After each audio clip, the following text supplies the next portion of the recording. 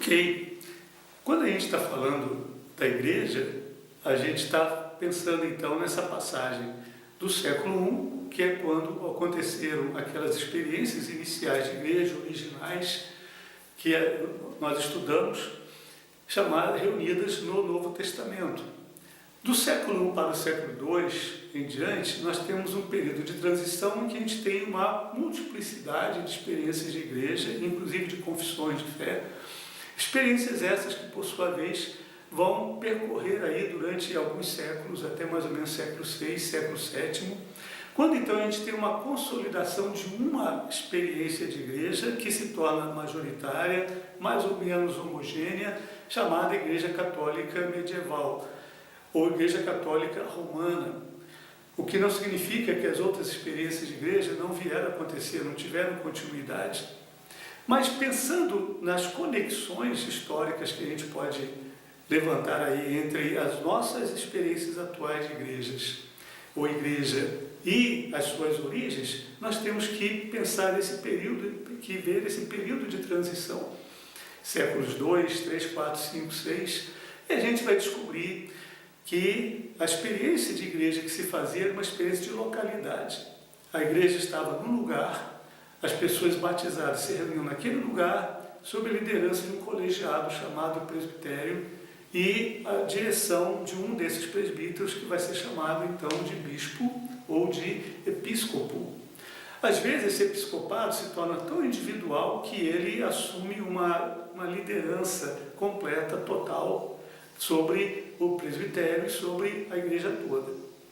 Essa igreja local, ela é uma igreja una porque unida ao redor dessa liderança, e especialmente ao redor desse bispo que assume o lugar de pai ou de padre dessa própria comunidade. Então a unidade está focada nisso. Essa unidade forma uma identidade, que é a ideia aqui da experiência de santidade. Não entenda a santidade como uma separação espiritual, mas uma separação de identidade mesmo.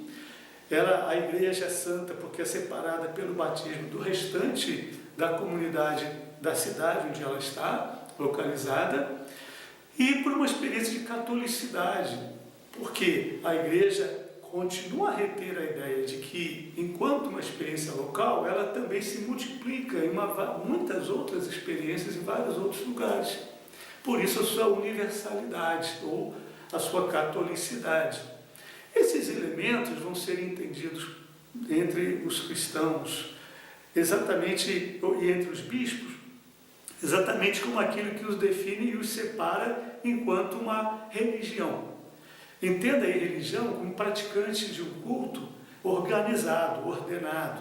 E nesse sentido é que as igrejas vão assumir cada vez mais para ser identidade cristã, ou se torna cristianismo, com essa natureza, com essa característica. Veja só que isso vai fazer com que ela se separe também, quase que como um povo, uma etnia, uma realidade social diferente, por exemplo, de judeus, diferente dos demais povos que não partilhavam da mesma fé ou da mesma experiência de igreja. Então surge a igreja, tem o judeu de onde ela se originou, se separa, e tem os outros povos, nações, etnias de onde ela retira os seus agora membros, e então ela se forma uma espécie de terceiro corpo na sociedade. Exatamente o que é o cristão, o cristão, que vai se tornando o cristianismo.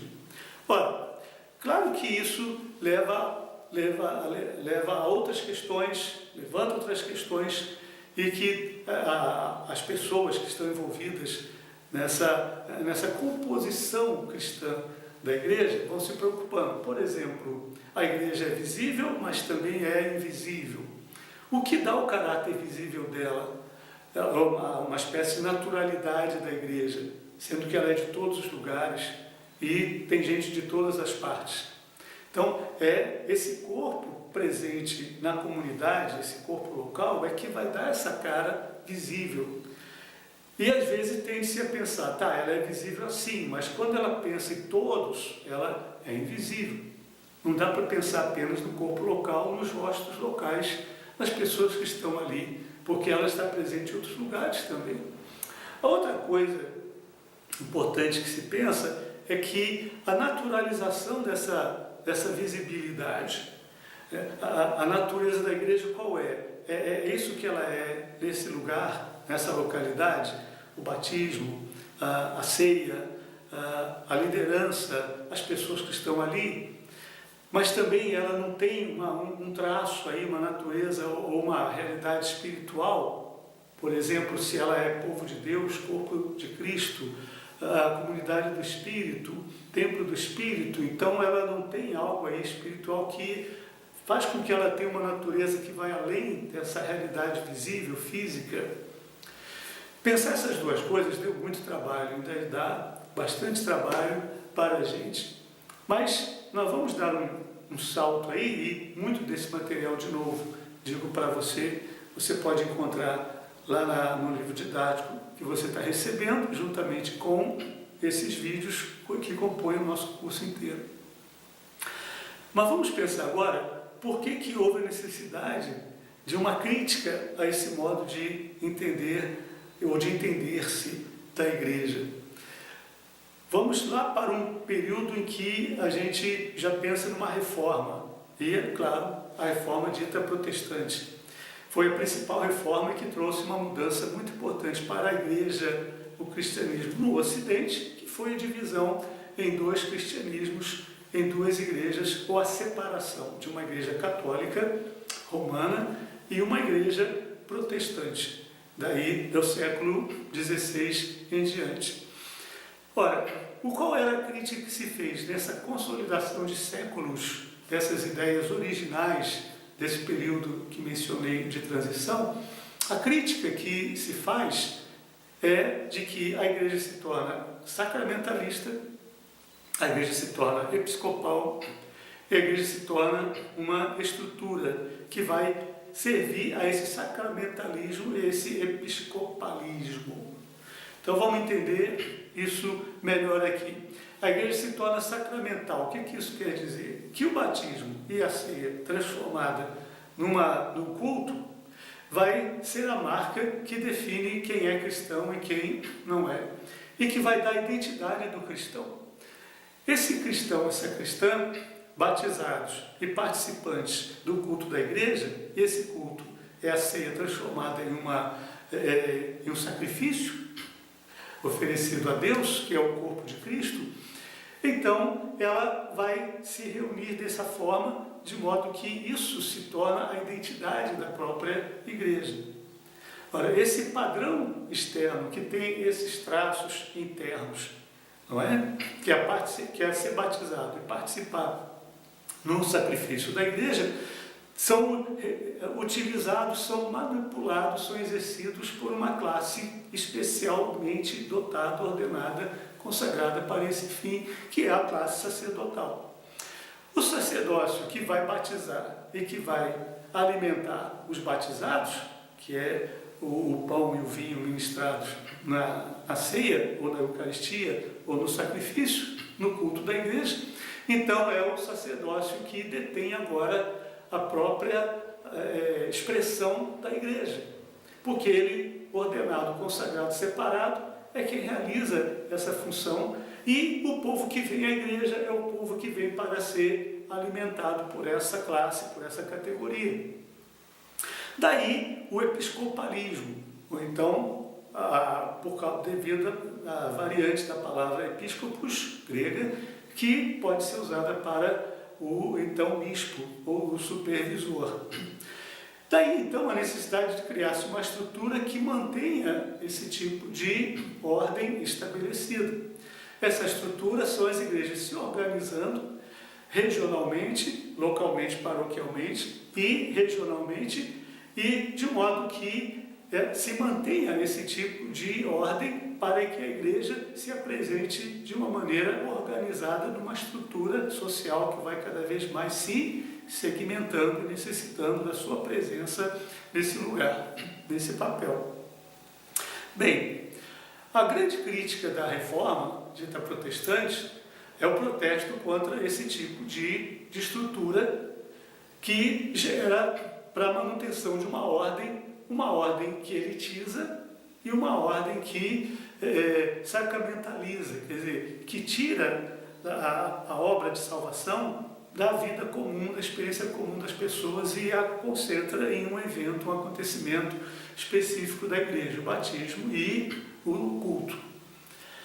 Por isso, a sugestão dos reformadores, que não são apenas Lutero, Calvino, Menno Simons, e não são apenas os anabatistas, mas a sugestão deles de que se repense esse modelo estrutural. A reforma qual é? A reforma é a reforma da estrutura.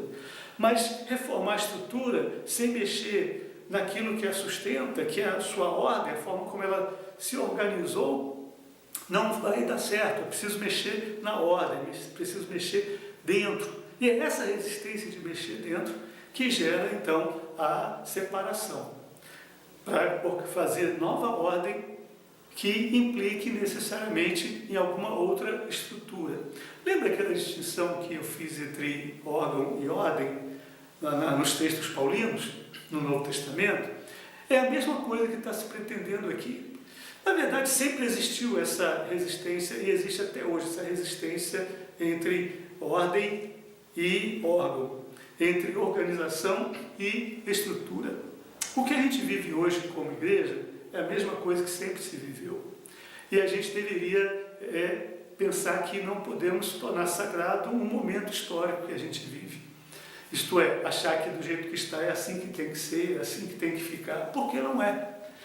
Nós temos que repensar sempre como reformadores ou herdeiros, ou aqueles que esse ano comemoramos os 500 anos desse início de um movimento que tentou refazer ou pelo menos desfazer e reconfigurar a estrutura considerando o órgão e a ordem. Ora, o que Lutero, por exemplo, entre as muitas coisas, ele propôs? Que se pensasse a igreja como uma reação a toda essa ordem, a toda essa estrutura que estava dada. Então ele reage contra o sacramentalismo, falando que a graça de Deus está distribuída livremente para todos. E deve ser vivida na vida cotidiana das pessoas que estão na igreja. Ele reage contra o episcopalismo, falando contra a centralização do sacerdócio ou da graça de Deus, do sacramento no sacerdócio. E dizendo então que as pessoas devem se alimentar por si mesmas, nutrir-se por si mesmas da palavra de Deus, todos que foram batizados nesta palavra nasceram dela também. Ele vai dizer que a organização da igreja, no sentido de formar uma estrutura, é a coisa mais necessária, mais onerosa e a causa de todos os erros da igreja, principalmente no sentido financeiro, porque quanto mais estrutura, mais necessidade de manter a estrutura e daí mais gastos com a própria estrutura. Observe que as questões colocadas por Lutero não são diferentes de tudo que nós falamos hoje em dia. Às vezes nós, igrejas que vieram do movimento de protesto, caímos nos mesmos erros e precisamos sempre repensar e criticar o que nós estamos fazendo. Isto é, sempre protestando contra nós mesmos. É o princípio que nós temos elementar da fé dita protestante. Agora, isso não quer dizer que a órgão e a ordem não deve ter caminhos para esse órgão. Por exemplo, Calvino vai ser um teólogo da igreja que vai pensar muito nessa necessidade de ordenar a graça. E por isso ele retorna com alguns elementos importantes, como a ordem na igreja, a liderança ser constituída corretamente e a disciplina correta através do batismo e também da ceia, a necessidade de alimentar as pessoas com a doutrina correta e a necessidade de transformar e expressar a igreja para o mundo onde ela está, com uma identidade própria, inclusive social. Então, essa é uma proposta, um pensamento de Calvino para a igreja que requer que a igreja se organize, como Calvino é pensado na sua história, um dos modelos como um organizador de igrejas. Então, ele forma a igreja conforme uma ordem que dê vazão ao organismo, aos órgãos, para que eles tenham um lugar de se localizar, de se regular e de se promover dentro da própria igreja e da igreja para o mundo. É claro que essa é uma das opções de se organizar a igreja, porque nós temos outras também, por exemplo, um princípio de comunalidade, que foi muito praticado pelos anabatistas da época e também foi assumido pelos menonitas, e assim todos aqueles que entendem que a igreja local, na sua comunhão, deve encontrar os próprios caminhos de fazer essa comunhão, esse organismo funcionar. Isso significa um grau muito grande de comprometimento, de envolvimento uns com os outros na própria localidade onde ela está. Por outro lado, propicia um alto grau de contextualização, porque permite que a própria comunidade, no espaço onde ela está, se ordene conforme aquilo que a sua experiência própria cultural e de outras influências também do próprio meio onde ela está. Então, essa experiência de comunalidade vai ser vivida enquanto ela está, todos estão batizando-se uns aos outros, todos estão instruindo-se uns aos outros, todos estão entendendo o papel, o lugar de um e de outro, porque todos estão buscando o serviço uns aos outros. E enquanto a igreja se ordena desse modo, ela também está aberta para o mundo, indo até ele e oferecendo a eles a mesma experiência de comunhão, de ordem e de comunalidade.